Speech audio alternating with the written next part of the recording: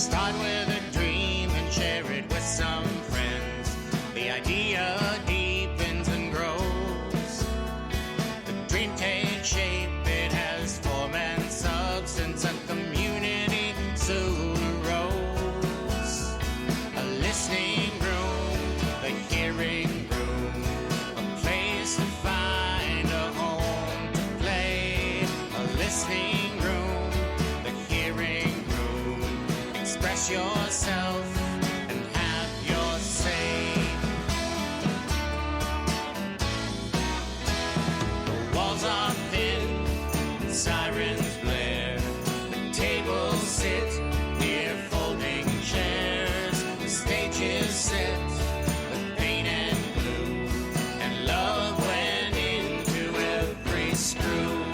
The light shine bright on every star. They come to play from near and far. The light shine bright on every star. They come to play from near and far. The listening room, the hearing room, a place to find a home to play. The listening room, the hearing room. Express yourself and have your say.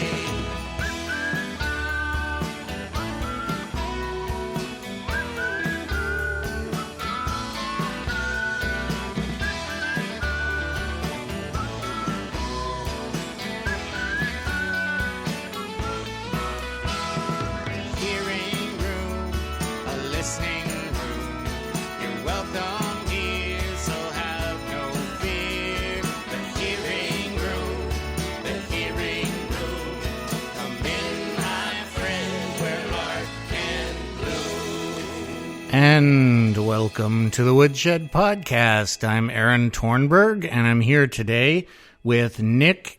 With Sharon and Nick Pangaro. There's an order to their names. Ladies first. Yeah, ladies first. That's okay. So Sharon and Nick, welcome. Thank you. Thank you, Aaron. Thanks for having us. Yeah. Yeah, it's going to be fun. We will talk in a moment, but first I'm going to do my spiel about the hearing room, which is always nice. So everybody should know about the hearing room, and everybody should come here as often as possible. And the hearing room has a lot of stuff going on in addition to the podcast. We have all kinds of events. On the Monday nights that we don't have the podcast, there's only one. It's the second Monday of the month. We have a blues jam. The blues jam is with Woody Carpinella and Roland Oxenbein and Tim Feeler. They're all amazing, and you can come play with them, jam with them. And we sometimes have a drummer who comes in, but we always have that band of three, and they're a lot of fun to play with. They're very talented.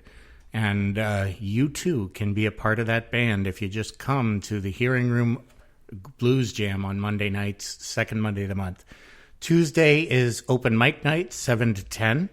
Wednesday is Let's Have Words, which is 7 to 10 as well. Thursday is the Singin' Jam. The Singin' Jam is everybody playing together. Words and chords are put on the screen. Everybody can look up there and follow along. Then we have Friday nights, which are going to be a jam pretty much every week, although we will have some performances and other things going on. The jams will be the acoustic jam the first week, the bluegrass jam the third week, and the second and fourth are going to vary. We're not sure what to do with those yet, but they will be jams of some type. So if you would like to participate in those, check our website, hearingroom.net. And then Saturdays, we have the Songwriters Circle, which happens every other week from 1 to 4. And we have Saturday night events as well that you can check on the website, hearingroom.net. Sundays, there is a drum circle from 12:30 to 1:30. And there is an open mic from 2 to 5 that I do. And there's also this great organization that we're affiliated with, which is the Greenville Junction Shop. And the Greenville Junction Shop, I emphasize the junk because that's their name. So Greenville, Junction, Greenville Junction Shoppe, Shoppe. It's the ye old Shoppe spelling. .com. Yeah, there you go. So you should check out the Greenville Junction Shoppe. They are on Facebook, and they have a website at greenvillejunction.com. And they may have a new location in Greenville, but right now they are in Greenville, New Hampshire, and in Clinton, Mass. So check them out. They're upcycling. They sell all kinds of things that they have found that are still perfectly good and can be used. Things like furniture, household appliances, electronics, things you want. So you should check them out on Facebook and Facebook Marketplace, and also check them out at greenvillejunction.com. And also, you should remember that they are Greenville, Junk, again, Tion, Shoppe, Shoppe. And that's it for that. And so I am I going always to have go this on. picture of them driving around like those guys from American Pickers, just trying to find stuff. Oh, yeah. I'm sure that's part of what happens. I know that's part of it. They got all these trucks bringing stuff. Yep. So it's cool. I've actually bought a few things. I've got a table from them. I got a computer from them that I refurbished, and it's great. So good deals all around. So we're here with Sharon and Nick. So since ladies are first, I'll start with Sharon. Yes. So Sharon, where did you grow up? I grew up in Clifton, New Jersey. Okay. And we moved up here in 1979 and never looked back. So we just fell in love with New England and couldn't wait to move up here. Are you saying we didn't regret it? Right. And New Jersey is not New England, I take it. No, it's Okay. not New England, not where we were. Where we grew up in the same town. You could see the New York City skyline from where we lived, which was Okay. really cool, but That very is cool. crowded. Yeah. And which exit were you? On the Garden State Parkway 153. Yeah. Because I've heard that it's what exit you're Yes, near that's it really is. important. Yes. And there is one place I liked in New Jersey that I went to, which was Cape May. It was a cute little town. Yes. It's more of a It is. resort town in New Jersey. Yeah. We have some friends that live down there, and Yeah. as a matter of fact, Arlene's got a optometrist, She's an ophthalmologist, optometrist, optometrist. shop down there. So she sells glass. The people that are swimming in the ocean and they lose their glasses, she sells them to them. That's Cool. her biggest part of her business. No. Well, that's Greenville Junction Shop. It's just a variation, Recycled glasses. Right. So you grew up in New Jersey, and how did you get into music when you were there? So when I was 5, I started playing piano, and I played classical piano all the way through until my teen years, probably about 15 or 16. And then I picked up the guitar after that, playing all those, protest songs and folky songs, during the 60s. So from piano to guitar at that time. Were you performing, or? No, just jamming, with friends at parties, things like that. But no, I didn't do any performing. So with the piano, we did do shows just with our teacher and students, and sometimes other teachers and their students. We'd put on little performances like that, but nothing on a stage, in front of a big audience.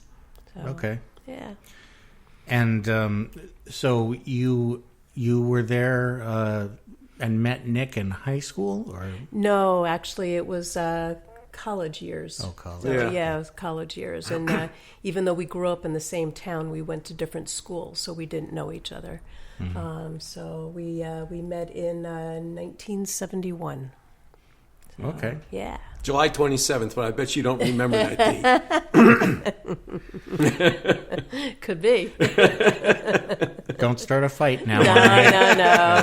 No. It's all That's right. I good. can never remember our wedding date.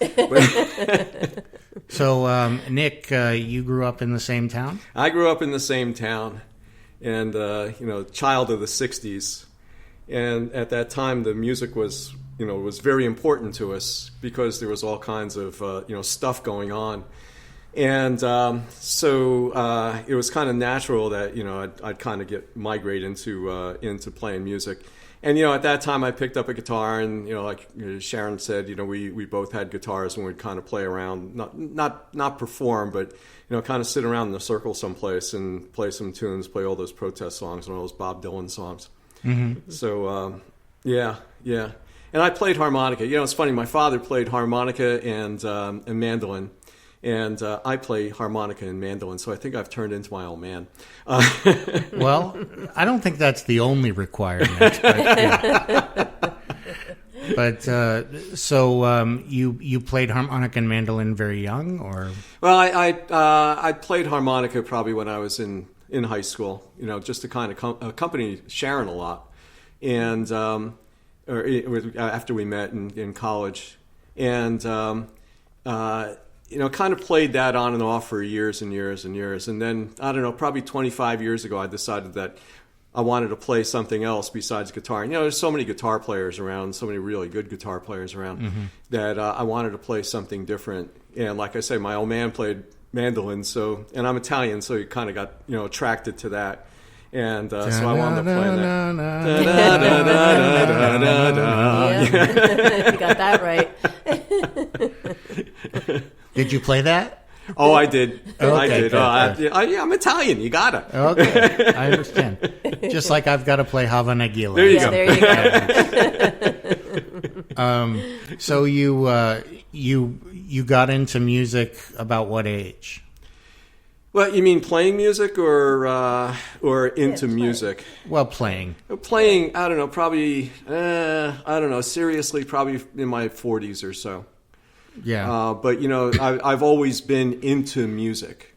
Because like I said, during the 60s, it was very important to us because of the message that it got and, just kind of dragged everybody along with it. I'm a Woodstock child. And that was probably, if I look back on my life, it was probably one of the turning points of my life because, I got into that music and then went off to college and found all the rest of that stuff there, too. So you were at Woodstock? I was at Woodstock, the original one, the real one. Yeah, not Woodstock 99? Not Woodstock 99. And you know what? My picture's on the album cover. You Really? have to squint. You have to know what I look like at that time. But I'm on the album cover. That's my claim to fame. Are you the one who's naked in the movie? Or, no, I mean, I was right out of high school. It was probably the first time I think I saw a naked woman. It was like, oh, my God. Yeah, and they were out in public. They were out in public, and, a lot of them were out in public. So yeah, it was an eye-opening experience. I was a kid from a Catholic school, just kind of the first time really out in the world because I had been protected for so long. And, bingo. It's like, wow. Yeah, that's pretty... it's a pretty interesting experience, I would imagine, oh, yeah. To be thrust into that. Yeah. So you guys met about 1971 in what college? Where did you go? Well, Nick was in Seton Hall at the time. I had left school. I dropped out of school. So he was attending Seton Hall, but we met. My friends and I were playing Frisbee in a park in Bloomfield, New Jersey. And he and his friends asked if they could join us, and they did. We started playing Frisbee together, and then every time I caught the Frisbee, I got tackled. Isn't that romantic? It is. She was soft. Well, yeah. And that round. was it. And that was it. It was love at first sight, I guess. Now, what goes through your head when this guy you don't know starts tackling you? I don't know. I thought he was kind of cute. Okay. It was a long time ago. It was a long time ago. Those were in the days where everybody was very friendly and not afraid of each other, and it was cool back then. And where girls and boys would play tackle football. Yeah, there you go. Yeah. So. And you guys met and you got together right away after this game? We did, yeah, we did. We started going to lots of concerts together and just getting more and more into the music scene, which was a lot of fun. Yeah, and then we waited till Nick, finished school before we moved out of the area. So. And you went to the concerts, like, just to see the concerts? You weren't playing anywhere? No, we weren't playing at that time. No. But they, one thing about New Jersey was there were a lot of really good venues there. Just a big population to pull from. And the old Capitol Theater in Passaic, New Jersey was one of our haunts. And we had a friend that worked there, so he would sneak us in. Okay. And so it was just really nice to be able to go there periodically, kind of sneak in and get to see some really good acts. We saw Harry Chapin many times. We saw Steve Goodman, Jefferson Starship, Jefferson Airplane. Yep. Just a lot of good people that were there. Yeah, I love Harry Chapin. He was actually one of my heroes. Yeah. So. Oh, I got a Harry Chapin. Can I tell you my Harry Chapin story? Sure, tell me. So Harry played it. We would kind of follow him around. We became groupies with him, right? And we would kind of follow him around. And he was playing at Rutgers one time, probably, I don't know, it must have been around 73, 74, somewhere around there. And he used to travel with two guys, the cello player and the guy that played bass. Big John Wallace was his name. Right. He was playing by himself at Rutgers, and he did Taxi. And the very high contralto part? Right. Well, you had to see John Wallace because he was this big guy, with a big beard, and, he looked like a big biker type. He was the one that sang that contralto part. Wow. And so since John Wallace wasn't there, he asked if anybody thought that they could sing that part, if they would come up on stage and try to do it with him. And I could sing that part, but I didn't go on stage because I figured, there'll be other times where I can go up there. And he died, I don't know, a year later. Yeah. So, don't let opportunities slide by, man. Right. Actually, the woman that ended up doing it did a really good job. Yeah, she was really good. Yeah, she was really good. He had people try out, and he had this woman do it. It was good. That sounds like a good shtick for your concert. Oh, yeah. Yeah, I'm the guy that passed up Harry Chapin. An opportunity. Well, I used to listen to his stuff a lot at camp and things like that. So yeah. But and I cover a lot of his stuff too. Speaking of covers and playing music, you got anything you want to play right now? Sure. Yeah, we'll start out with a Casey Chambers and Shane Nicholson song. This is called Adam and Eve. Okay. We figured it would be good to start out with. And if I can figure out how to play this guitar. I hope you learned before you got here. Where is it? There it is. My name is Adam. My name is Eve. I was the first man to live and breathe. God made the ocean. He made it blue. He told us don't eat forbidden fruit. Oh, he can see us, hear what we say. But he was resting on that seventh day. She met a serpent that afternoon. He smiled at her and she broke the rule. Come on, we're leaving, no time to waste. The Garden of Eden's no longer safe. Throw down that apple, the ship has sailed. We're on the run with God on our tail. I can remember, I do recall, there were no weeds here, no thorns at all. I was misguided, I was misled. I asked for good, but got evil instead. Come on, we're leaving, no time to waste. The Garden of Eden's no longer safe. Throw down that apple, that ship has sailed. We're on the run with God on our tail. Throw down that apple, that ship has sailed. We're on the run with God on our tail. My name is Adam, my name is Eve. I was the first man to live and breathe. Thank you. Thank you. That was a nice one. Who wrote that? Casey Chambers and Shane Nicholson. They were a couple that lived in Australia. They put out some great music. Unfortunately, they're not together anymore. Oh. That's a nice one. It reminds me of Indigo Girls a little bit when they were starting to do the like Galileo and that kind of thing. Yeah.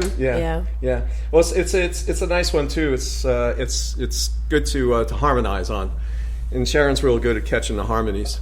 I'm not quite so good. You do a fine job. It sounded good. Fine job. So, how do you pick your material usually? Oh, geez, that's a real good question. You know, there's some artists or some groups that are kind of almost magic. You know, you listen to them and say, "Oh, we got to do that song." Mm-hmm. But a lot of times it's we'll hear something on I don't know, on Folk Alley or UMB or something like that and say, "Wow, that's cool." You know, that's a neat song. Mm-hmm. And then the next thing you know, we're searching to see if we can find it. Should I tell the Deadliest Catch story? Oh, yeah. There was one song. I woke up one morning and flipped the TV on, and there was a commercial for that show. Remember that show, Deadliest Catch? I used to watch that a little. Yeah. And so, but the music to it was this kind of gruff voice guy who was playing a mandolin, and I said, "Ooh, that's a cool song. I got to learn that one." So I figured, well, I'll go get on the computer and YouTube. It'll be there someplace. I'll just look it up and see if I can find it, and then try to figure out the chords.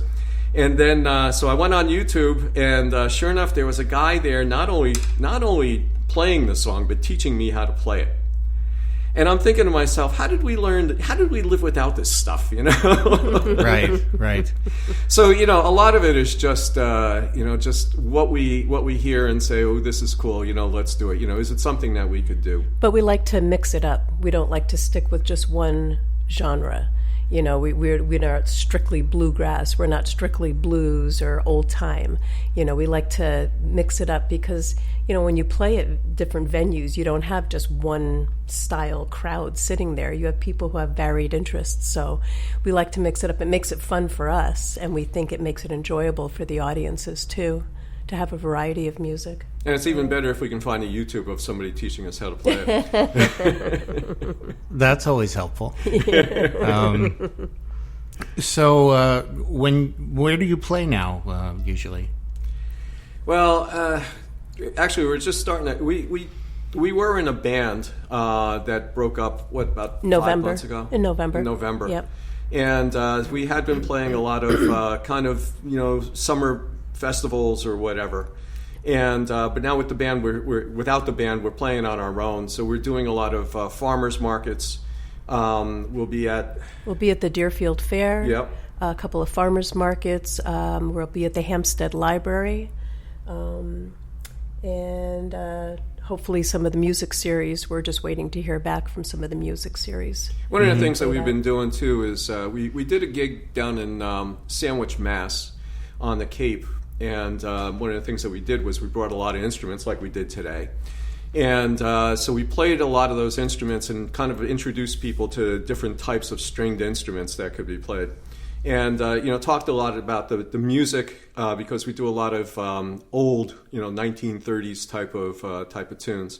So we're able to talk about that stuff and kind of the history of it. And so we've also been approaching other libraries to be able to do that in other places. Kind of bring a traveling a medicine show to those libraries to talk about the music. Yeah, a little education. Yeah. Yeah, and that sounded like an interesting one. You had a YouTube video of that online of your library performance. So, by the way, how can people find you online? Well, the easiest way is on Facebook. We're at, Sharon knows was it Sharon, Nick, and Friends? Yeah, Sharon, Nick, and Friends. So just search for Sharon, Nick, and Friends. And I think it's, facebook.com/Sharon, Nick, something like that. You'll find us there. Right. And then from the Facebook page on the left side, there is a YouTube link. So you can click on YouTube and you can see videos that we've posted. Yeah, okay, good. So you guys immediately pulled out 2 new instruments that you're going to use for this next song. Well, in the interest of time, Okay. we like to be prepared. All right. So let's see. We've got a banjo and we've got a fiddle. We do. So what are you guys going to do? We'll do an old... Actually, this is an old traditional song that we stole from the Carolina Chocolate Drops, who I think stole it from like the Tennessee Chocolate Drops. But we learned this from the Carolina Chocolate Drops. A lot of people don't recognize the name until I mentioned Rhiannon Giddens, who played a lot with them. Right. We go to a music camp every year, and one of the teachers at that for the last couple of years has been Hubby Jenkins, who plays with the Chocolate Drops too. Yeah. So we'll do cornbread and butter beans here. All right.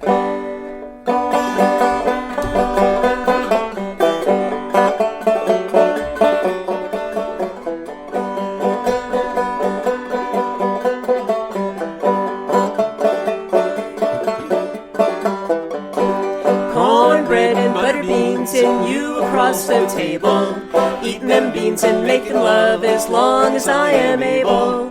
Growing corn and cotton too, and when the day is over, ride the mule and cut the fool and love again all over. Goodbye, don't you cry, I'm going to Louisiana. Buy a coon dog, a big fat hog, and marry Susanna. Same song, ding dong, I'll take a trip to China. Cornbread and butter beans and back to North Carolina. Cornbread and butter beans and you across the table, eating them beans and making love as long as I am able. Growing corn and cotton too, and when the day is over, ride the mule and cut the fool and love again all over.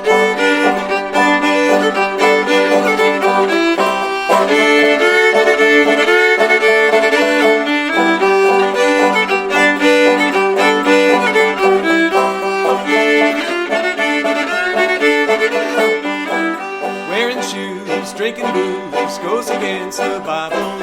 Necktie will make you die and cause you lots of trouble. Streetcars, whiskey bars, kissing pretty women. Women, yeah, that's the end of a terrible beginning. Cornbread and butter beans and you across the table, eating them beans and making love as long as I am able. Growing corn and cotton too, and when the day is over, ride the mule and cut the fool and love again all over.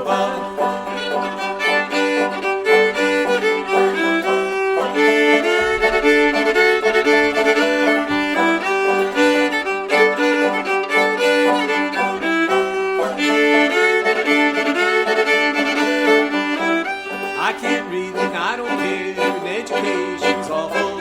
Writing check and raising hex, it all be unlawful. Silk hose, frilly clothes, just a waste of money. Come with me and stay with me and say you'll be my honey. Cornbread and butter beans and you across the table, eating them beans and making love as long as I am able. Growing corn and cotton too, and when the day is over, ride the mule and cut the fool and love again all over. Cornbread and butter beans and you across the table, eating them beans and making love as long as I am able.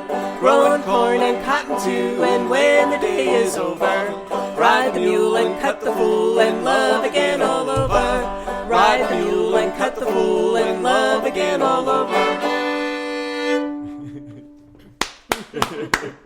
Thank you. Thank you. So, Slightly out of tune banjo, but that's kind a of like banjo. par for the course, right? yeah. You mean there's a difference? Yeah. What's the most popular tool for tuning a banjo? Wire cutters. Wire cutters. I was going to say a hammer, but either way. So I know you guys, you're bikers. Yes, we are. Yeah. Yes, we are. We both ride Harleys because there is no other kind of motorcycle. We actually have 3. We hung on to the one that I used to ride. We thought our son was going to get his license at one point, but he ended up not. But we still have it. It's an antique now, so it's considered an antique now. But the bikes are old.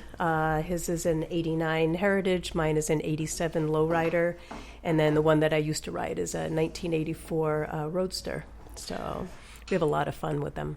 Calling an 87 an antique is a little bit scary. Well, but, an 84, 25 years. Yeah. I know, huh? So, antiques are from the 1920s still. Yeah, stuff that Mark gets in the junction shop, right? Right, there you go. Exactly. He might be interested in a Harley. Maybe. So now the thing that I didn't quite get is you were in 1971. You get together. Were you motorcycle riders back then? So Nick was riding back then. And so I used to ride on the back of his bike, and I decided that I didn't want to be riding on the back of anybody's bike. So it was actually pretty much long before it was fashionable for women to ride. There weren't a lot of women riding back then. So I learned on a 250 Yamaha, and the first bike I had was a 360 Honda, and just kept working my way up to bigger Hondas along the way, and then ended up starting with riding a Harley. So it wasn't because Nick wasn't showering. No. That was No, it's more fun, being able to just ride on your own. So Right, because Nick, you were at Woodstock, so I was at that's Woodstock not and haven't showered since. That's right. Exactly. Yeah. So with the riding, so you were just going on the back of his bike, but were you doing like cross country trips and No, things we like actually did do that, though, right before our son was born in 1988. We did do a cross-country trip with 2 other couples. We had a blast. It was one of the best vacations we ever did. I'd like to do that again. And were you reading Zen and the Art of Motorcycle I Maintenance? was. Actually, Nick I was. was. It's funny. I read that. I've read that book, I don't know, probably 10 times. And that was one of the times that I was reading it was as we were coming across country. I had it with me. I have that book on CD, and I listen to it every couple of years. It's actually a really good one to listen to. So if you ever get a chance, if you're doing a car trip or a bike trip and you want to listen to something, it's worth it. Do you remember Phil Jackson? He was the coach of the Lakers, right? Okay. He said that book changed his life. So I can see how it would. I think it's just a wonderful book. Especially the thing that Piersick says is that it has nothing to do with motorcycle maintenance and very little to do with Zen. Right. And the other one is Bill Bryson's book, A Walk in the Woods. I don't know if you know that one. Yeah. Listening to that while you're traveling is also good because they're both traveling books, so it works well. Right. Yeah, and then we when our son Justin did come along, someone had made a comment about, well, I guess you'll have to give up riding, and we both looked at each other and said no, and we went out and got a sidecar, and we put a sidecar on Nick's bike, and he would ride with him. He started riding with us when he was 2.5.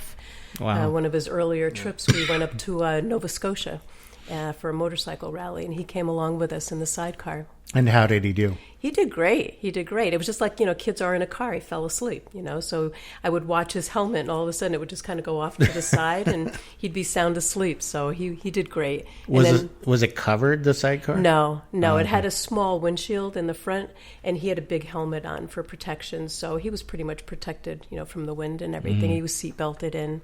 And then when he got a little bit bigger, we put foot pegs under the seat, so he was riding on the back with Nick for a while. So yeah. But riding motorcycles is kind of like it becomes kind of a way of life, and it becomes part of what you are. So I know that there's the day coming where I'm not going to be able to ride anymore, and I hate that day. Yeah. That's not going to be a good day. Well, do you go to the conventions and stuff still, or? I went to the Harley Rendezvous 2 years ago. And I think I'm going to go this year too. So. We go up north, for, in New Hampshire for Bike Week, for every year. Yeah. So, but we don't spend a lot of time there. We spend some time there, but we prefer to ride. So we'll usually head up into the White Mountains and do the Kenkomangas Highway and ride around that area. So yeah. But it is fun seeing all the bikes though for Bike Week. It's also fun kind of getting in a line with all of them too, because all of a sudden you look up and there's a whole line of like 100 motorcycles in front of you, and it's so cool. It is cool. It is cool.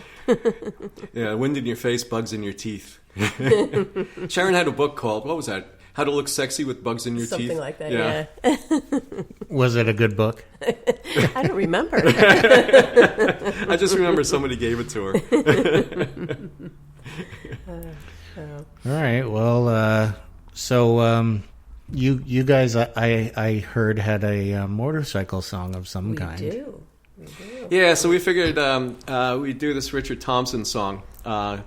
1952 Vincent. I was born in 1951, so I'm older than this bike. But this is kind of a sad tale. A lot of people have heard the Richard Thompson version, but Del McCrory took a version of it and kind of bluegrassed it up a little bit. We stole it actually from Sharon's fiddle teacher's band called High Range. And we had them playing at a house concert that I was running a couple of years ago. And I kind of dragged Robbie, their mandolin player, off on the side, and I said, "Teach me that song." So he taught it to me there. Right, so. and Ellen taught me the fiddle part. Yeah, so big shout out to them. Yes, Ellen Carlson, my fiddle teacher. All right, you ready? Yep.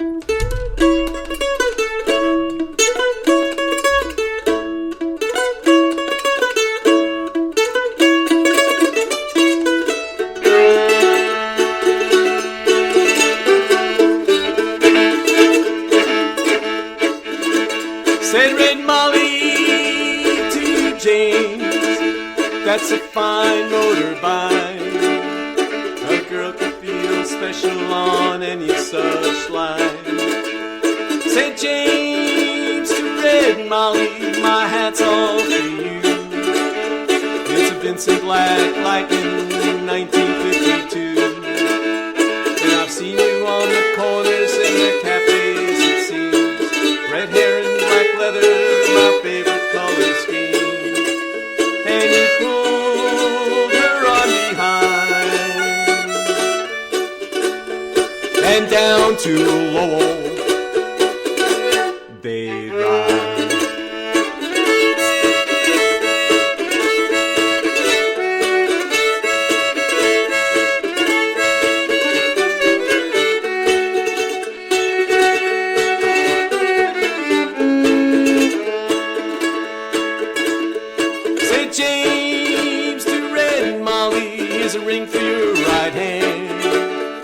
I tell you in earnest, I'm a dangerous man. For I fought with the law since I was 17. Fought many a man to get my Vincent machine. Now I'm 21 years, I might make 22. I don't mind dying, but for the love of you.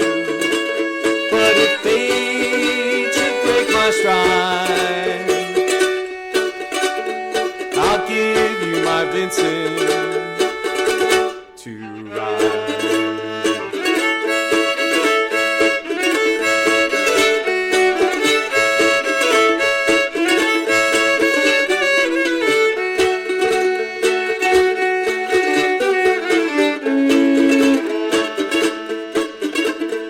Come down, Red Molly, said Sergeant McRae. We've taken young James in for armed robbery. Shotgun blast to his chest, left nothing inside. Come down, Red Molly, to his dying bedside. When she got to the hospital, there wasn't much left. He was running out the road, he was running out of breath. But he smiled and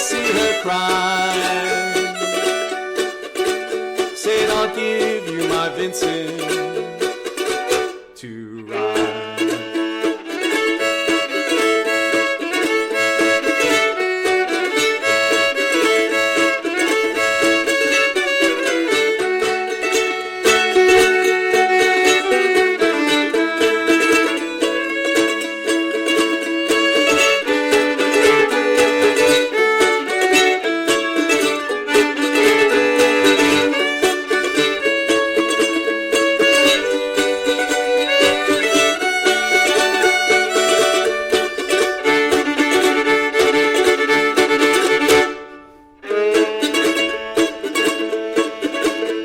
Said James Durant, my opinion, there's nothing in this world. It's a 52 Vincent and a red-headed girl. Now Nortons and Indians and Greases won't do. They don't have a soul like a Vincent 52. He reached for her hand and he slipped her the keys. He said, I've got no further use for these. I see angels on aerials in leather and chrome, swooping down from heaven to carry me home. And he gave her one last kiss and died. And he gave her his Vincent to ride.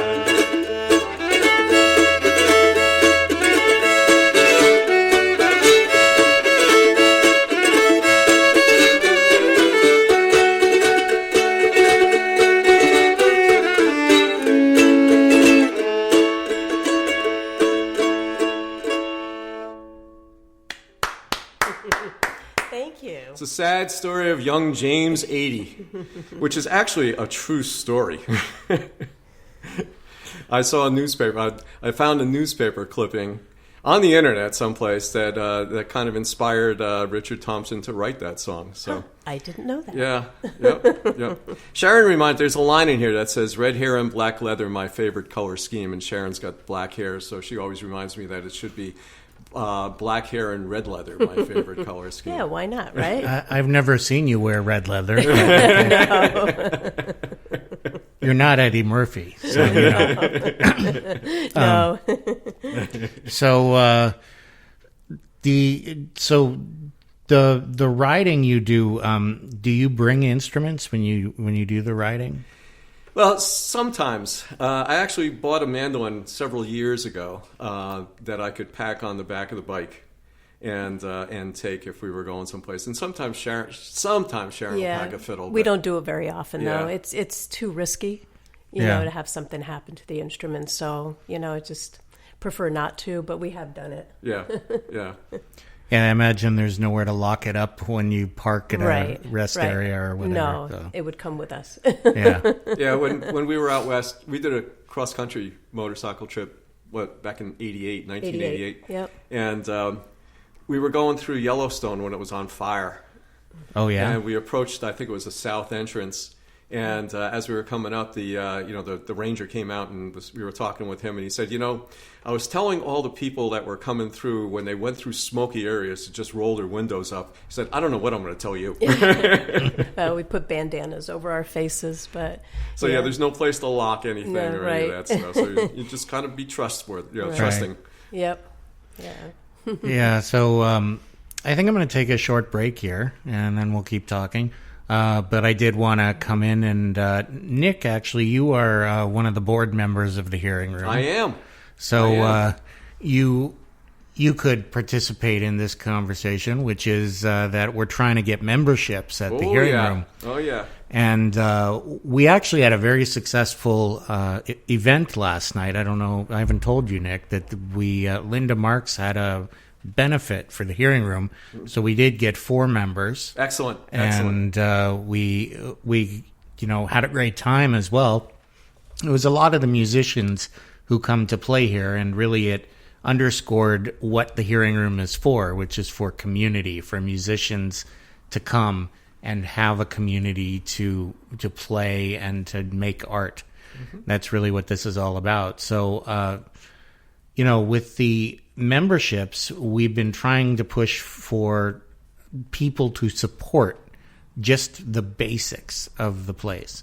So $100 a year goes toward supporting our rent and our bills, utilities, those kinds of things. Yeah, the place isn't free, unfortunately, right? Yeah. We do have bills to pay. But it's a wonderful place. You know, it's a good place, and I think not only for musicians to come and play, and to get to know each other and jam and kind of hang out with each other, but it's also a great place to see shows. We were here we came down on Friday night to see Carol Ann Solobello, who was a founding member of Red Molly. And her and Joe Iandanza were playing here, and it was just a wonderful show. And it was small, it was intimate. You get to meet the artist. You can hang out with them for a little bit. Right. It's just a neat thing.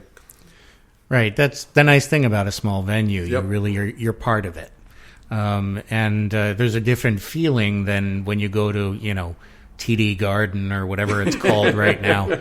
I don't even know what the name is now. What is it now? I have no idea. But anyway. This is it's a lovely atmosphere here with all the artwork and the books and the tables and chairs and just the whole atmosphere. It's just such a great place to come and relax and listen to some good music, or to come in and join in for the jams. Right. And on March 6th, yeah, 6th, right?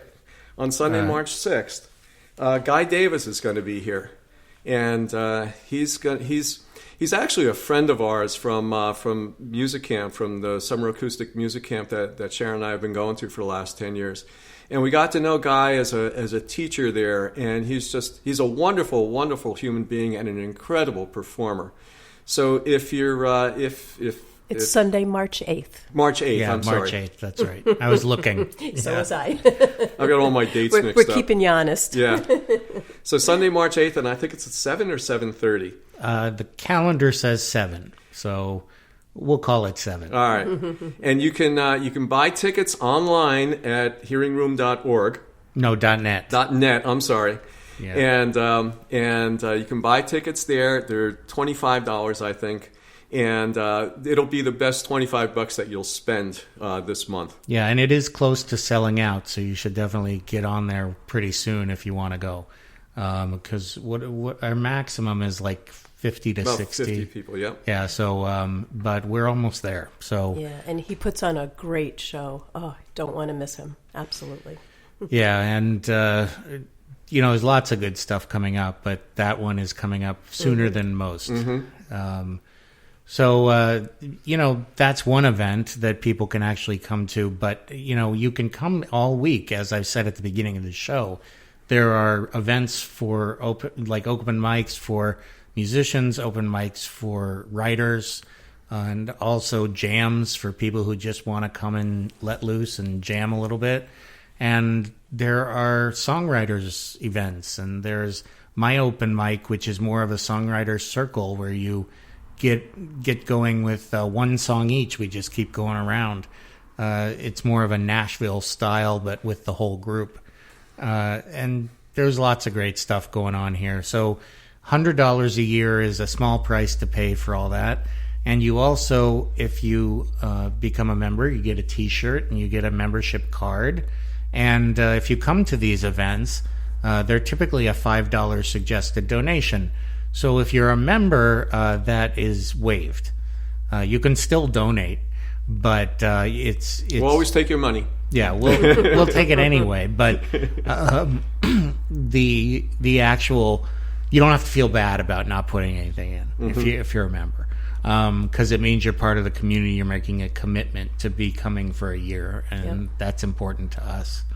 So that's that's about all I can say for right now. You should check out the website hearingroom.net. And let me push another show. Okay. And in April, and I don't remember the dates, but it's Sunday. I think it's more April 5th, 6th, 4th. I think 4th. No, April 5th. April is 5th. that Sunday. Okay. Pete and Maura Kennedy will be here. And again, they're teachers that we've had at Sam W.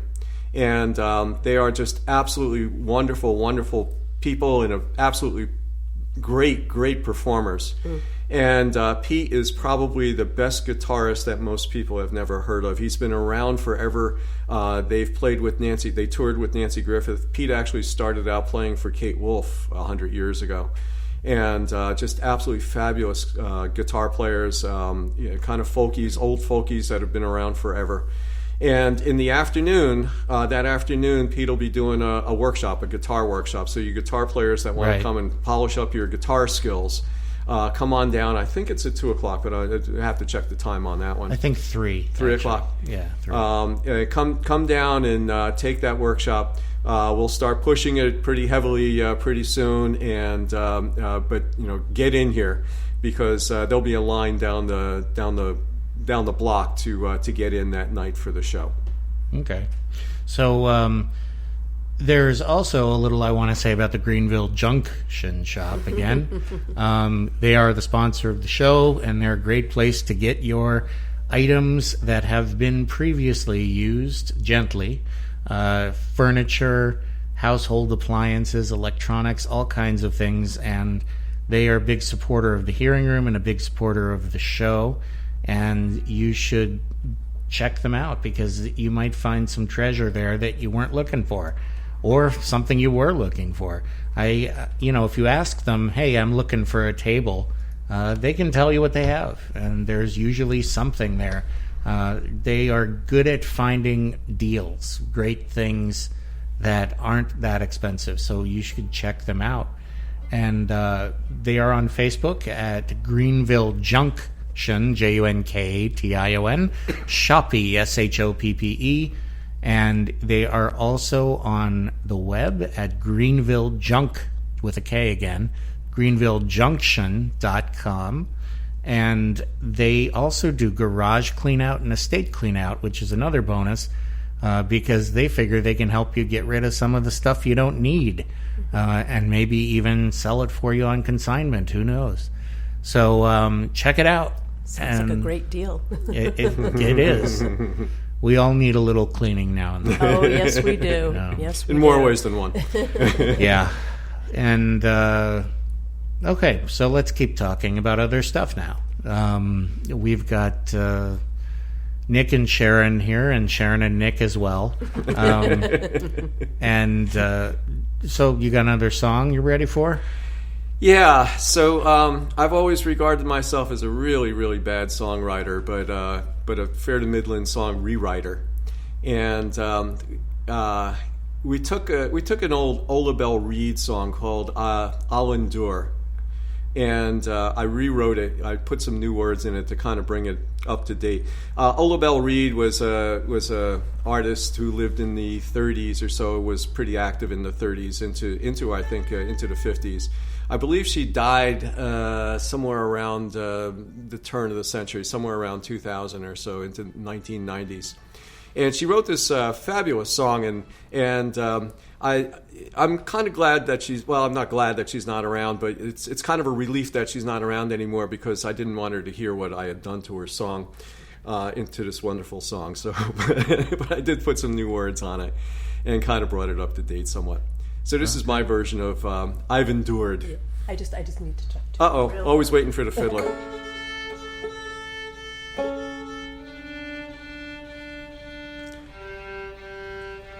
We're always waiting for the fiddler. Well, as long as you don't have to pay the piper. Sharon, come on, I'm playing a banjo here. How bad could it be? Which?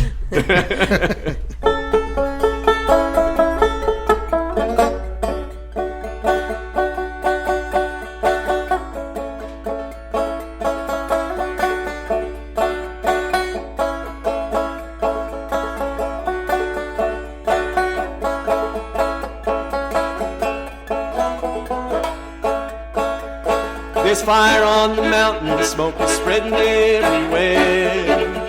I see my home burning, my life going to thin air. The road will be a tough one, but I will not despair. I'll endure, I'll endure. How long must I endure? I know the earth is angry when I see the lava flow. My home is in the way, Lord, but I ain't gonna go. This place is close to heaven, it's the place where I can grow. I'll endure, I'll endure. How long must I endure? Take it, Sharon.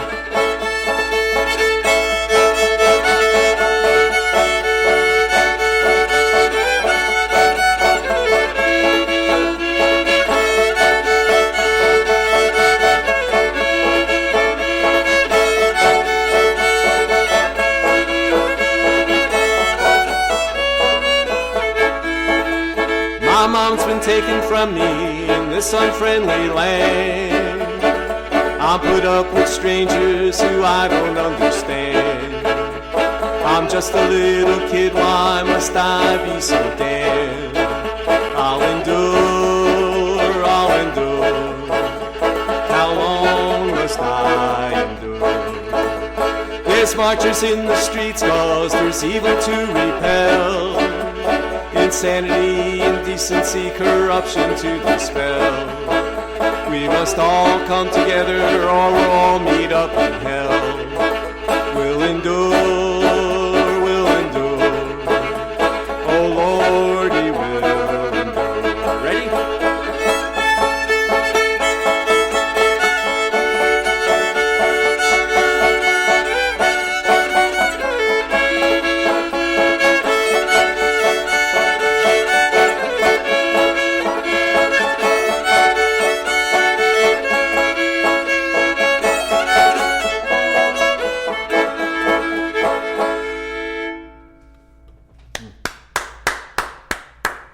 Thank you. That was great. So, you guys sort of bluegrassy in your style.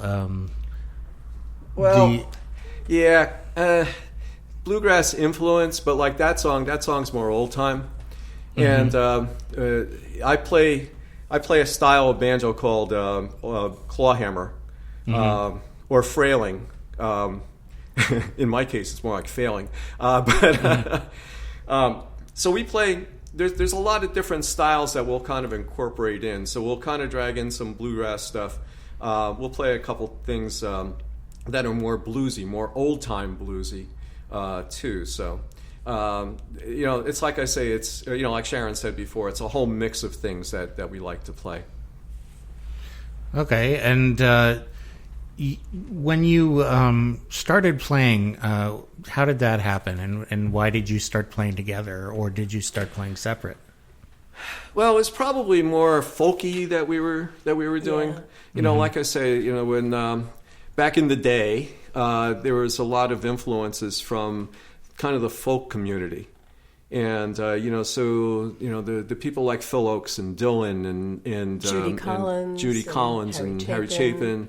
Those were the people that kind of that we were listening to and that we were trying to emulate at that point. And in those days you didn't have the internet, so it was kind of tough, to try to find the words and the chords and all that stuff. So we wound up having to, learn all those, try to pick them up on our own. And so consequently, we kind of stuck with the 3-chord stuff, just to make it simple and to be able to play and to sing. And it's, like I said, it was the stuff that influenced us. And it probably wasn't until, I don't know, maybe 30 years ago that we started, listening to and hearing a lot of bluegrassy type of stuff and saying, wow, that's cool. And then, over the years, we've been exposed to, different styles. The old time stuff is kind of appealing. Like I say, I've been trying to learn to play old time banjo. But another one that's been really kind of influencing us is we're big fans of Old Crow Medicine Show, and the Dead, and the Dead started out as a jug band. And a lot of the stuff that they did, or that they were doing, was Mother McCree's jug band, right? And so there was a lot of old jug band music that was that we were exposed to at that point, not even knowing it. Come here, Uncle John. Exactly. Through the town. Exactly. And then several years ago, when we went to music camp, when we went to Sam W, there was a guy there who his name was Rich Del Grosso. And Rich is he's a wonderful, wonderful blues mandolin player. He lives in Houston, Texas. And Rich was a big influence. Rich taught us a lot of old jug band stuff, a lot of old blues stuff on the wow, you can play blues on a mandolin, that's incredible. And so there was a lot of exposure that we got to that type of music. And Old Crow does a lot of old jug band stuff too. So, we were able to pick up some of this stuff. It's not just all wagon wheel. So there's a lot of old jug band stuff that they do that we were able to pick up on just because, like I said, it was cool. Wow, that's cool. And not a lot of people were doing it. So, it was different. Mm-hmm. And when you start listening to the music and start hearing it and start to appreciate it, then all of a sudden you start really falling in love with it. So I have to admit, though, when I first started playing fiddle, I was playing all Celtic music.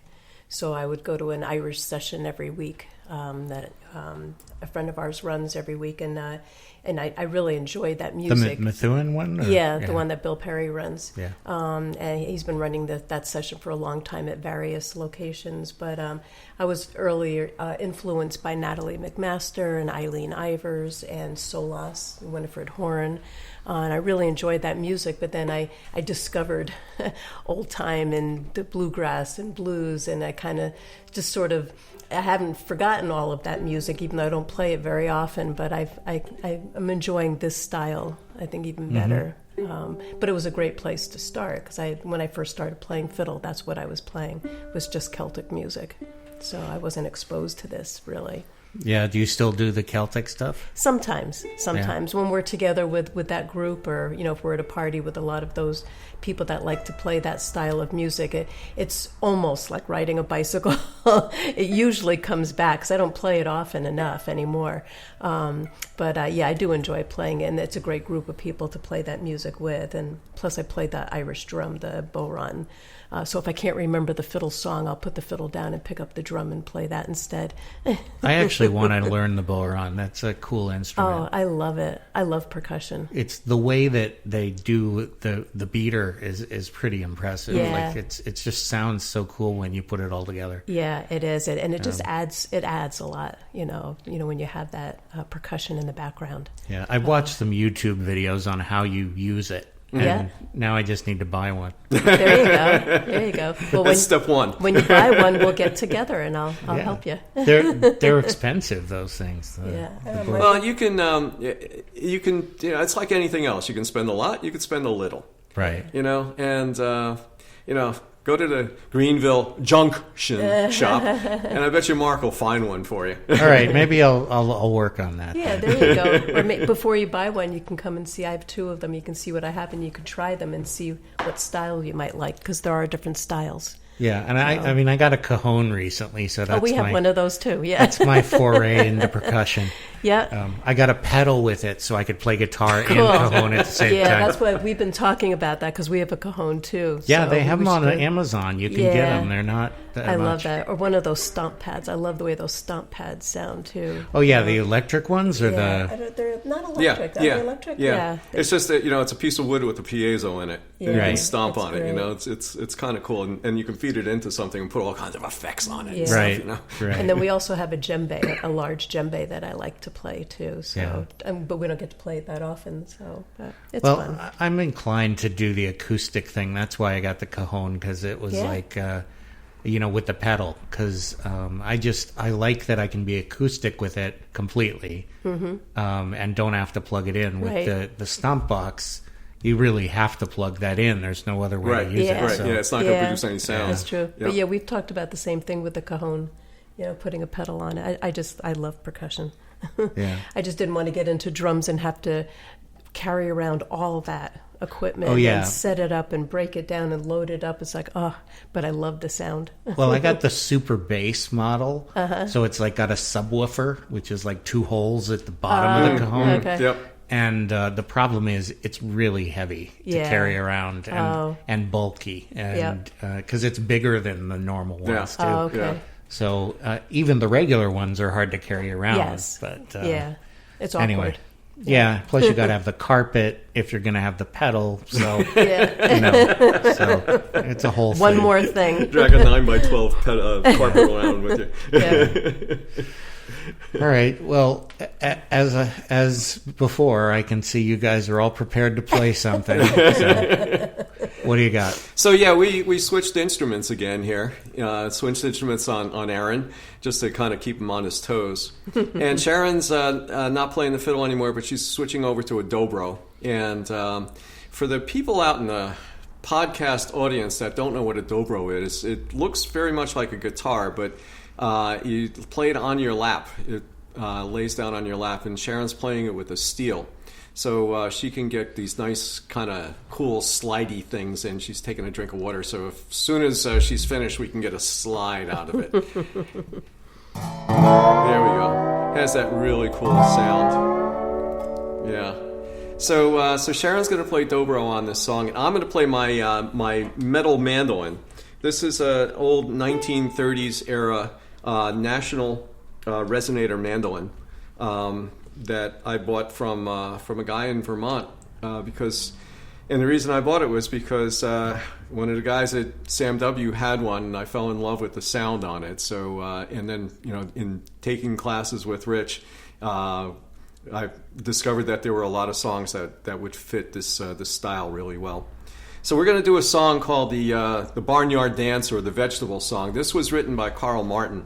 Oh, I know this one. Do you? Yeah, this is a great song. It's a good kid song too. Yeah, it's in Rise Up Singing, I think. Yep. And it was Steve Goodman did a great version of it when he was around. So anyway, the Vegetable Song.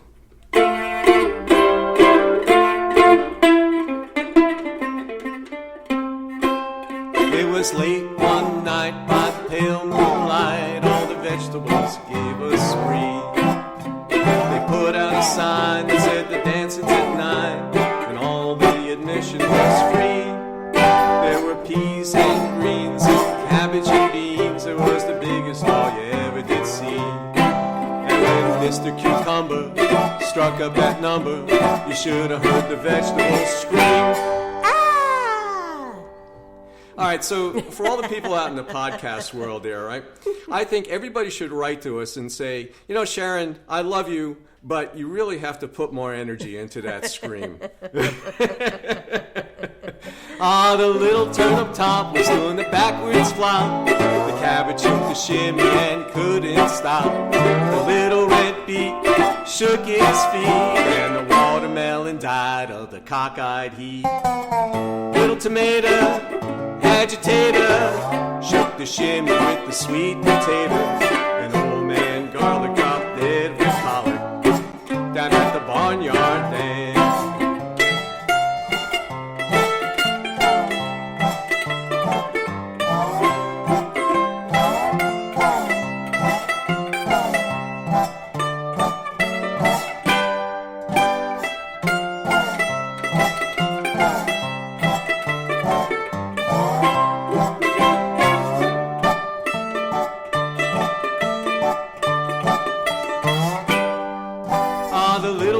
Top was doing the backwards flop. The cabbage shook the shimmy and couldn't stop. The little red beet shook his feet, and the watermelon died of the cockeyed heat.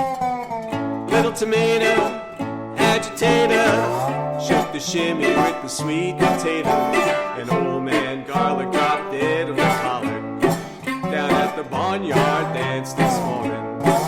Down at the barnyard dance.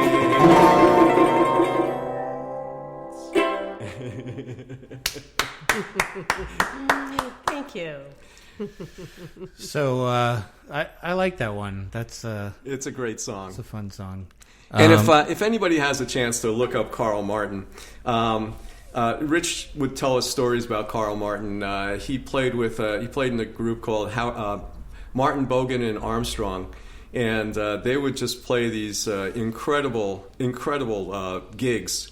With the three of them playing mandolin, doing Saints come marching in, playing it behind their heads, playing the mandolins behind their heads. Right. And Steve Goodman does a song called "The Ballad of Carl Martin," and look it up. It's a great song.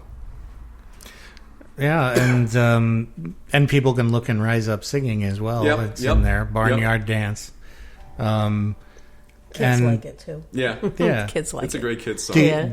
So I wonder if you do like actions with the kids. Anybody came up with that before? Like the Actually, that would be kind of cool. little turnip top did a Yep. backwards hop, so then you do a backwards hop. Yeah. You could do it. Yeah. Could do it. I'd fall over. Well, I didn't say you had to do a backwards hop. That's what you have the kids do. Right.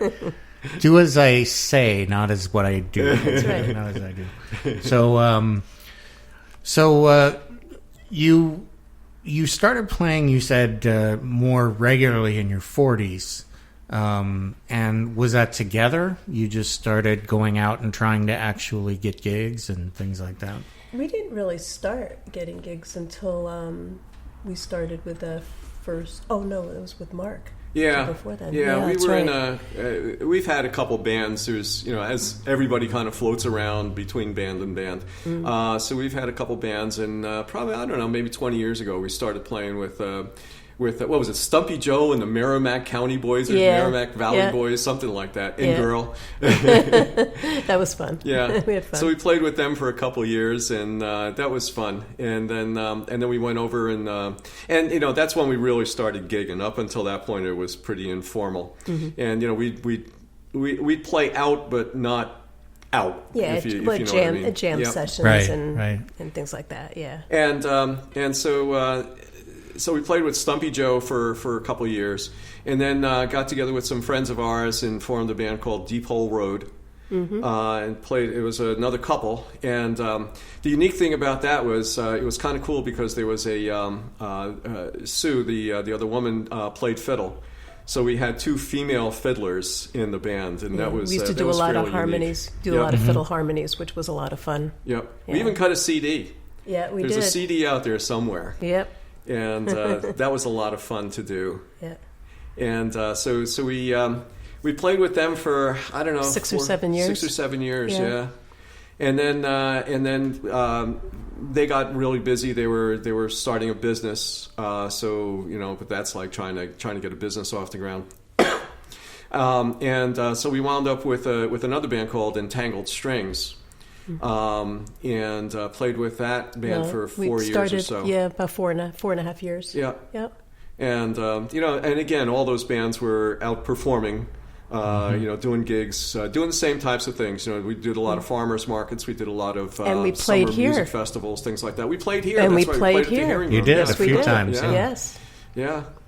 Yeah. So that was a lot of fun to do that. It was a lot of fun. It was a good group. Yeah.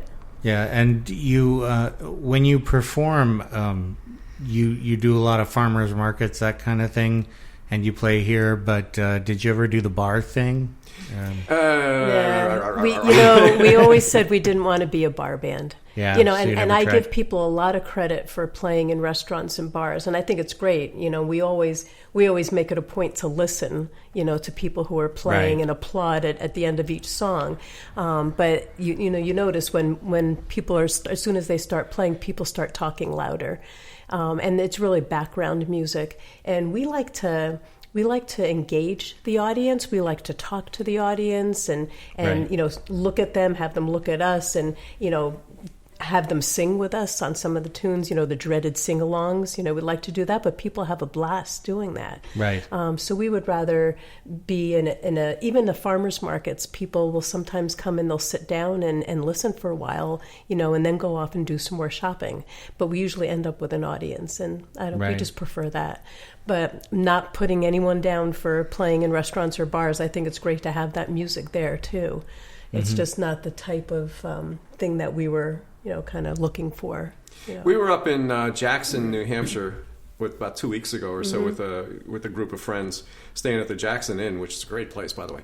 But right down the street is the Wildcat Tavern, and we happened to be there on the night that they have Hoot Night, which is their open mic night.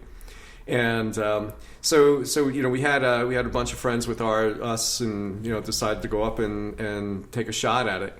And I realized when we were playing that, yeah, it's a good decision not to play in bar. Yeah, even though Yeah. it was somewhat of a listening crowd, Yeah. but it was very busy. It was a bar. There were people getting served and up and down, and you couldn't really engage with people Yeah. like we like to. We like Yeah. to talk to people and explain the instruments or talk about the background of the song, where the song Right. came from, who wrote it, how old it is, that type of thing. When people are, having dinner or having drinks, they don't really care. They Right. just like having that music in the background. And that's why the hearing room is such a great place. exactly, Yep. exactly. People Because do listen. It Because is. it's the hearing Right. room. This Yep. is a listening room. Yep. This is a Right. listening room. So, yeah. I mean, we've been to venues where meals are served, and they'll call it a listening room, and they try to enforce that. But for the most part, we'd rather play here at the hearing room. Yeah.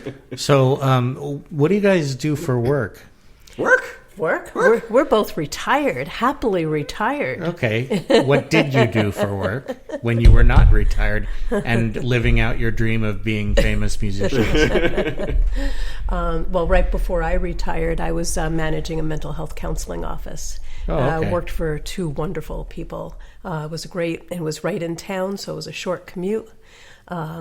Patients I dealt with were wonderful. It was a good In New experience. Hampshire? In New Hampshire, yeah, Yeah. right in Hampstead. But in prior years, I did work in medical offices. I was also an emergency dispatcher for a while, dispatching so- police and fire. You watch that show that they have now? No, I haven't. Yeah. I haven't, but I'm aware of it, though. Yeah. And Nick, you did. So I spent about 20 some odd years, probably 25 years in the environmental field. I worked with a lot of companies to try to bring them into compliance with mostly like hazardous waste treatment. I dealt a lot with hazardous waste treatment technologies, evaluations, worked for a lot of different people doing that. And then I had a career change and went over to work in IT for a while. Work for some companies that needed a project manager because that's kind of the skill that I picked up along the way. And so I worked for a couple IT companies that were looking for project management experience, and then decided to hang out my own shingle, and became a project management consultant.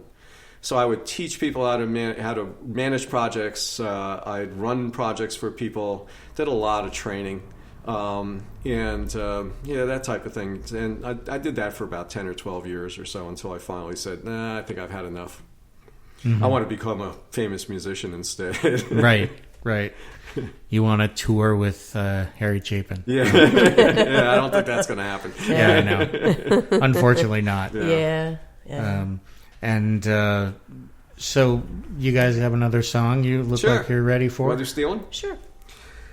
So this dates back to I think Gus Cannon in the Memphis Jug Band. The Dead did a version of this, and there's been several cover versions of this. Anyway, this is another one that we learned from Rich. You ready? Mm-hmm.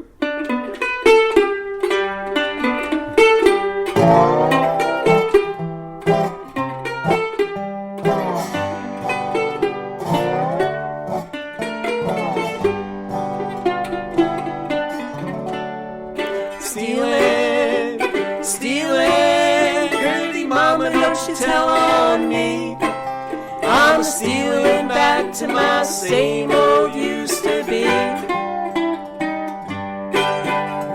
Put your arms around me like a circle around the sun. I want to love you, mama, like an easy ride it done. If you don't believe I love you, look what a fool I've been. If you don't believe I'm sinking, look what a hole I'm in. Stealing, stealing, pretty mama, don't you tell on me. I'm stealing back to my same old used to be.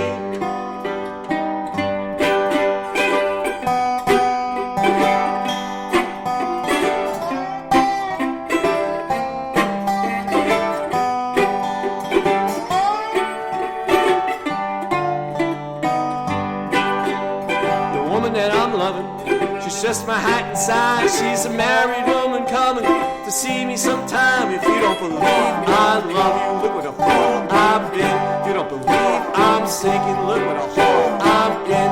Stealing, stealing, pretty mama, don't you tell on me.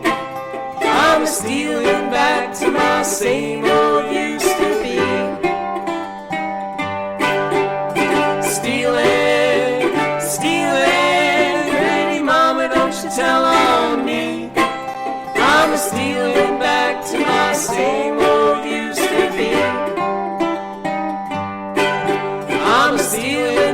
to my same old used to be.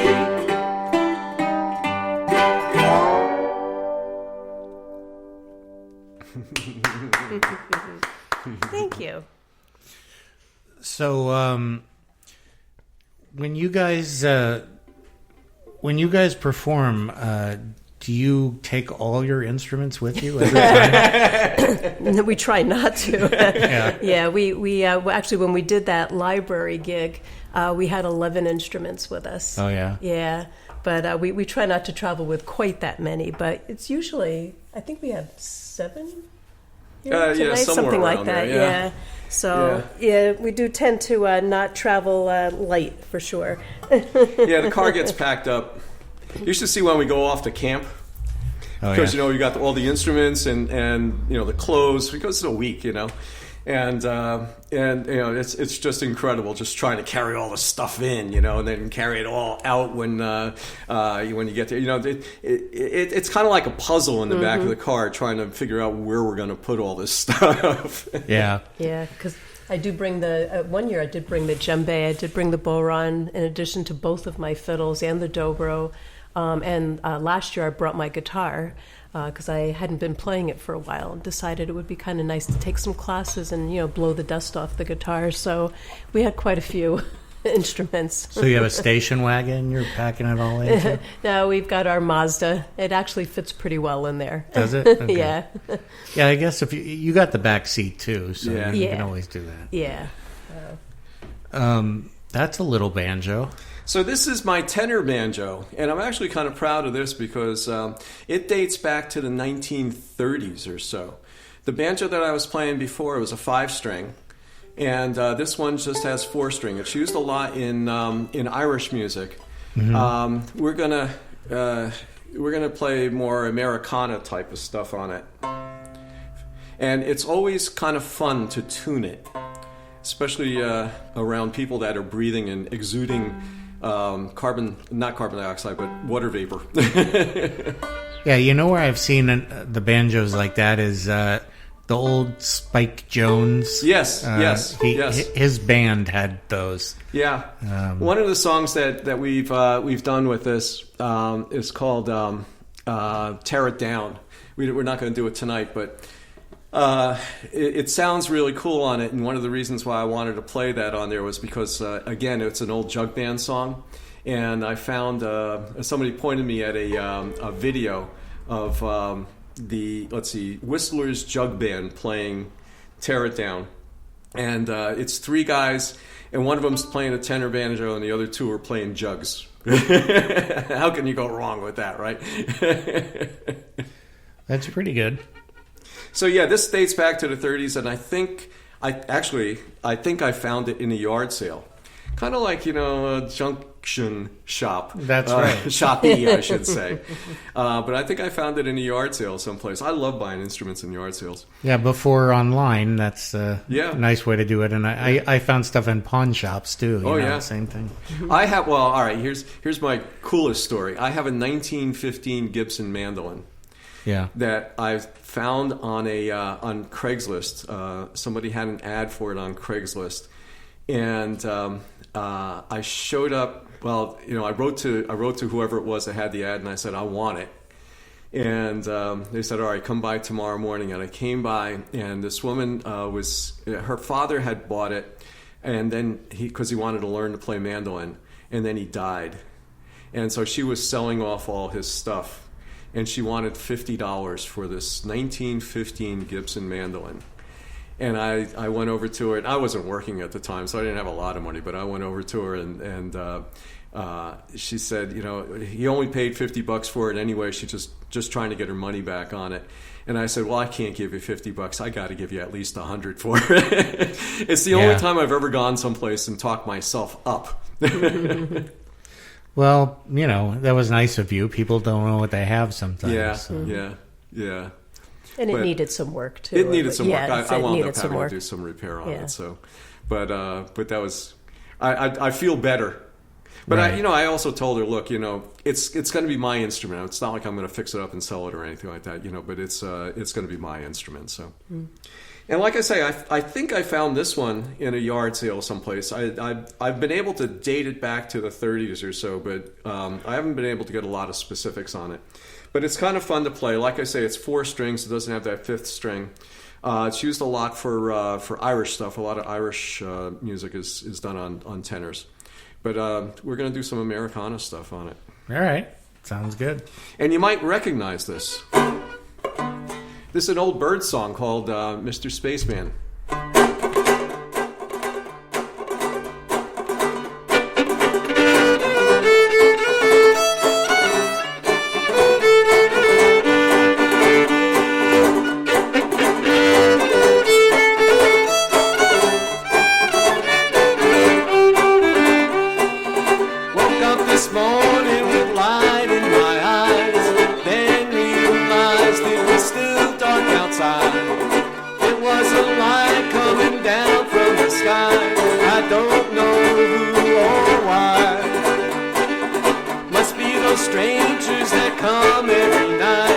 Saucer-shaped lights with people uptight. They've broken footprints that glow in the dark. I hope they get home alright. Hey, Mr. Spaceman, won't you please take me along? I won't do anything wrong. Hey, Mr. Spaceman, won't you please take me along for a ride? Take it, Sharon.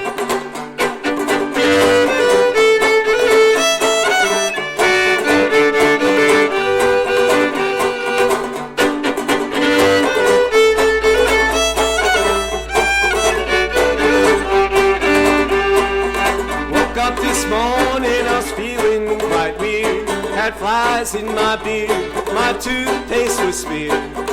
Over my window they'd written my name, said so long, see you again. Hey, Mr. Spaceman, won't you please take me along? I won't do anything wrong. Hey, Mr. Spaceman, won't you please take me along for a ride?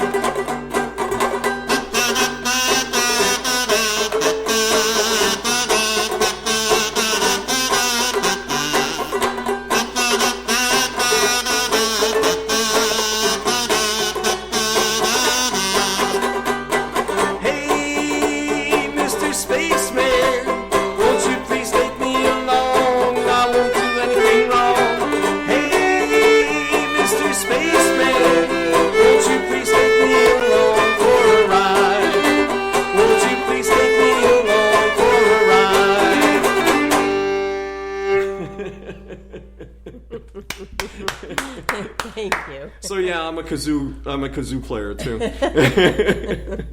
And for the people out there in podcast land, Sharon shoved that kazoo right into my mouth right at the right time so I could play it. It's a great opportunity for me. I love it. Right. Even though there have been times where we've been on stage and it's like, oh yeah, I'm supposed to do that, and I've run clear across the stage with this kazoo to put it in his mouth. So who'd you study with for kazoo? There are some kazoo artists that I just can't name. Okay. just too many of them. So toward the end of the show, which is where we are, I like to ask everybody what advice you give to other musicians about life, the universe, and everything, and how to be in the music industry in whatever capacity, and what you've learned. Yeah, one thing is it's never too late. You know, we've had people say, oh, you know, I could never pick up an instrument now. And we have a friend who picked up guitar when he was 80 and is still playing. And he's gotten really good, too.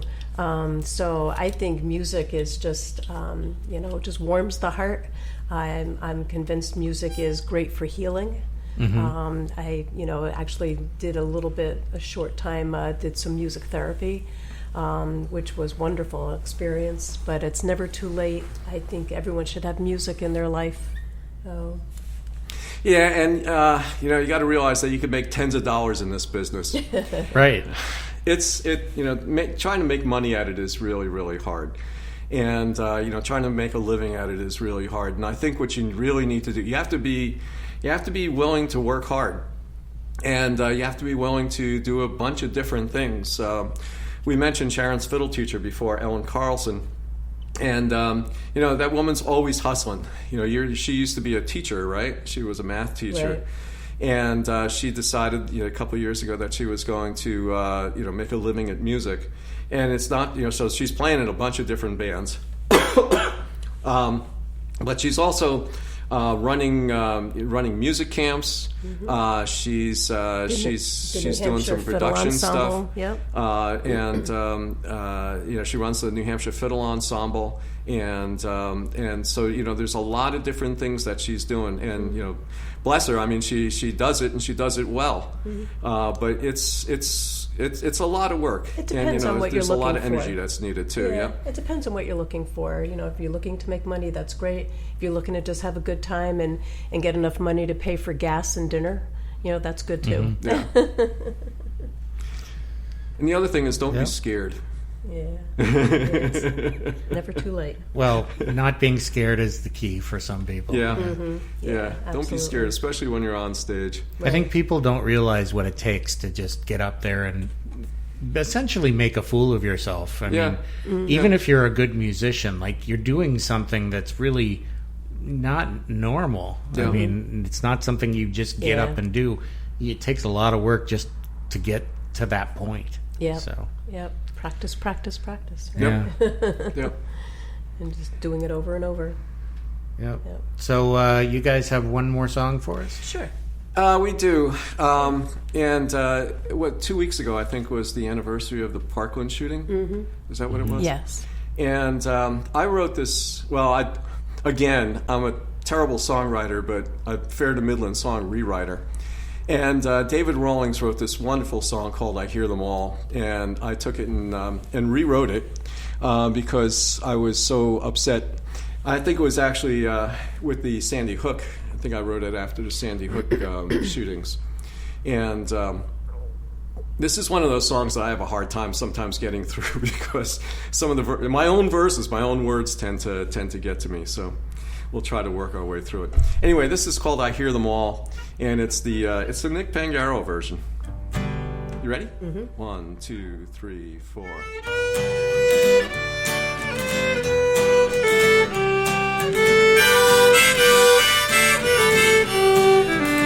I hear the crying of the children in the classrooms where they're hiding. Yeah, they're crying out for us to keep them safe from all the dying. I hear the sounds of bullets flying. I hear sons and daughters crying when they hear the shots ring out from down the hall. I hear them all, I hear them all, I hear them all.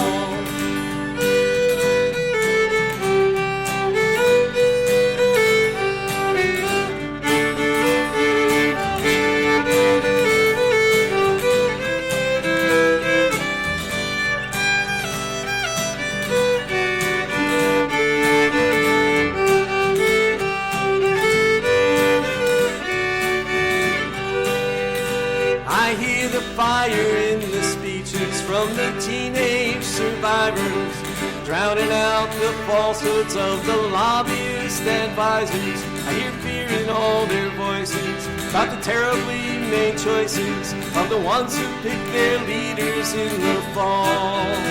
I hear them all, I hear them all, I hear them all.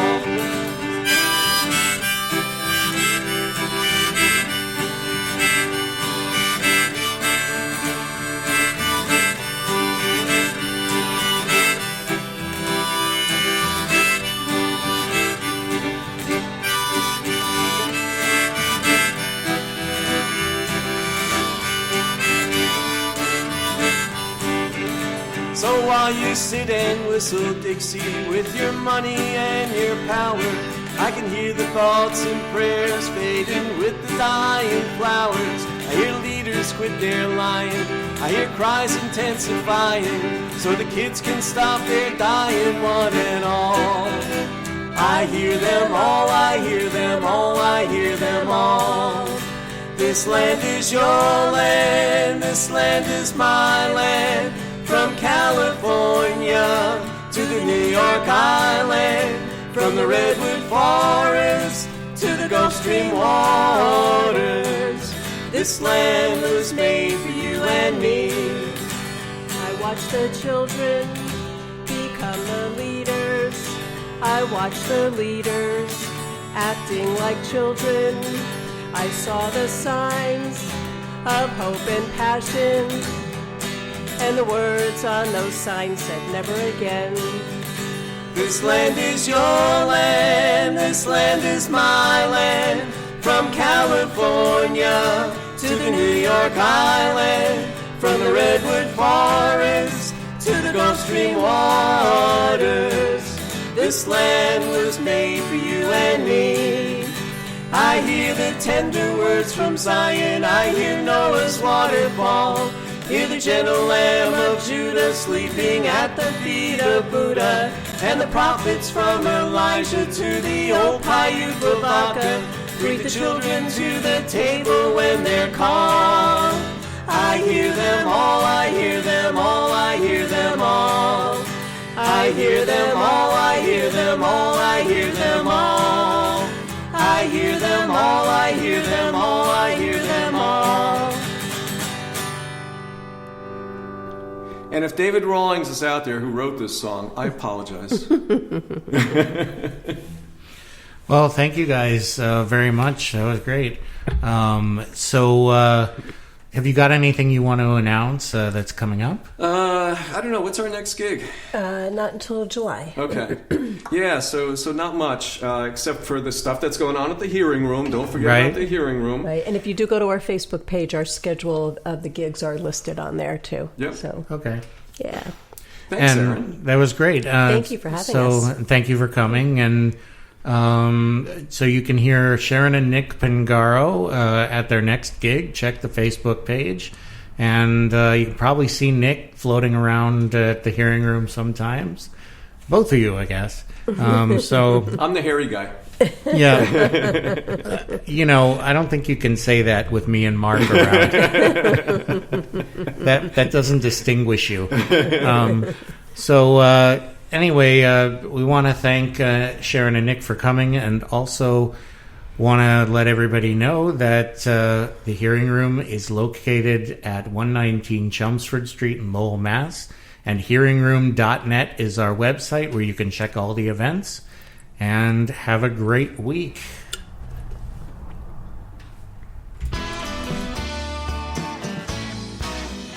If you start with a dream and share it with some friends, the idea deepens and grows.